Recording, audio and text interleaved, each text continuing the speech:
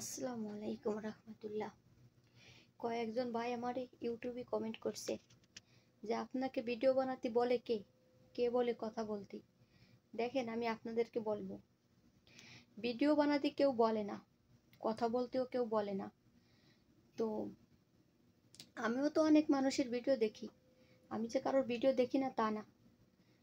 আমার মতো বাহিরে থাইকে এরম সভ্য শান্ত হয়ে শুধু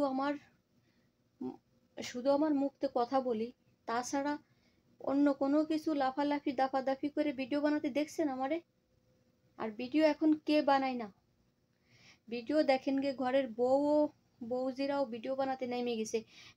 পাড়া গ্রামের একটু বাদ ছিল, পাড়া গ্রামের বউরাও কিন্তু ভিডিও বানাচ্ছে।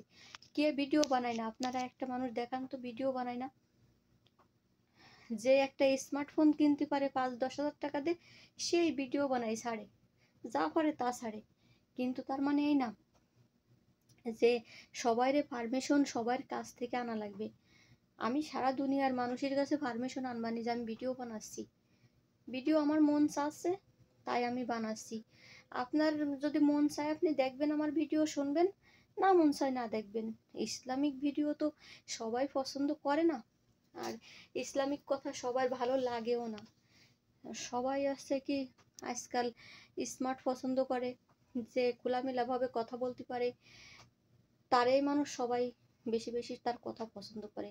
আর না, আপনি আমার কমেন্টে এই কথা বলতে পারেন যে তোমাকে কে বলেছে ভিডিও বানাতে। আপনি আমাকে বলবেন তাই আমি ভিডিও বানাবো, আর আপনি বলবেন না তাই আমি ভিডিও বানাবো না। আপনি কে? আমারে জিজ্ঞেস করা আপনি কে? আপনি মন চায় আমার ভিডিও দেখবেন, না মন চায় না দেখবেন। তো আমি আপনার কাছে কেন আমি কৈফিয়ত নিয়ে ভিডিও বানাবো? আপনি তো আমার কেউ না।